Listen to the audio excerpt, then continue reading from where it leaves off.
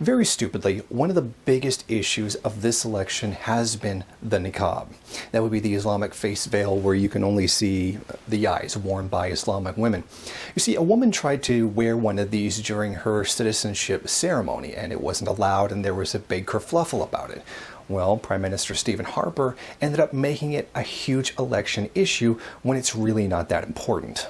What's got me pissed off about it is because there's a lot of really important things that need to be discussed for this election, like the environment, healthcare, women's rights, international trade, the TPP, the Conservative Party corruption, the signing of Bill C-51 that allows the government to spy on people, but those issues kind of got pushed aside by the Conservatives.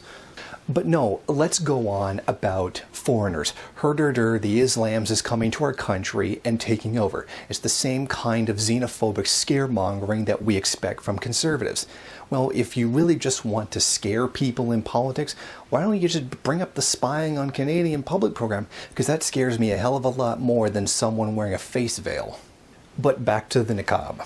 While researching the Niqab and what it means and where it came from, I found something very interesting. Apparently, it's a lot like Christianity itself. You can dig into the Quran and find a whole bunch of things that support it, and you can find a whole bunch of things that oppose it. In other words, it's kind of like a lot of religions where it openly contradicts itself, and there is no clear message whatsoever. So primarily, the point of the veil is to protect women from the gaze of men because it'll make them less likely to be sexually assaulted or to be raped, which is frankly one of the most ridiculous things that I've ever heard. Because as we know, rape and sexual assault are things that exist in Islamic countries where these kinds of things are law. It doesn't work. And in fact, what it completely is victim blaming. Yes, by covering up the woman, you're claiming that it's her fault that rapes and assaults are carried out. And this kind of thing is frankly stupid. This is a nonsense position to take. Whether it's blaming a rape victim saying that they were dressed too slutty or saying that they weren't wearing a niqab or a burqa is the same kind of misogynistic bullshit. Now back to the issue at hand, and that being the niqab when it comes to certain situations in Canadian society. I agree with the Canadian Charter of Rights and Freedoms. Often I don't do that, but in this case, I'm going to have to.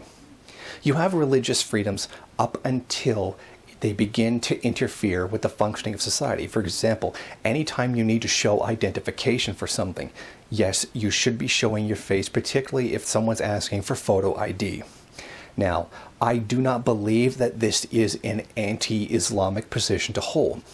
The reason being that there is a perception that our values are generally predicated on Christian ideas, and that by rejecting these Islamic notions, like having a niqab in certain situations, we are forwarding that Christian value system. I believe this is false. As I have said in a previous video, what makes this country what it is, and a lot of the things that make us more advanced socially than some of the more backwards nations, is not Christianity or something Christians built.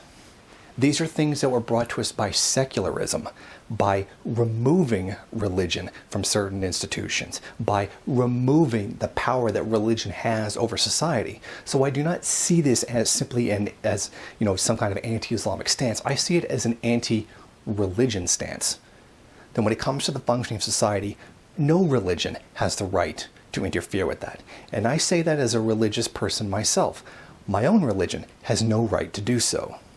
My opinion on the niqab is, as long as no one is forcing anyone to wear it, I believe they have a right to wear it if they want to. I disagree with that choice, but I believe that as long as no one is being coerced to do so, they can, of their own free will, choose to wear it. Why is that significant?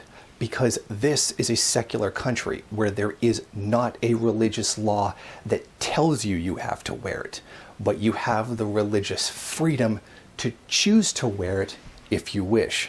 And that's the balance between religious rights and having a secular-based society. So to those watching this video, if you are going to go to the polls and vote, and if you even do believe that the country is somehow a democracy, I would encourage you to vote based on real issues like the environment, trade, healthcare, Stephen Harper spying on us and his massively corrupt government.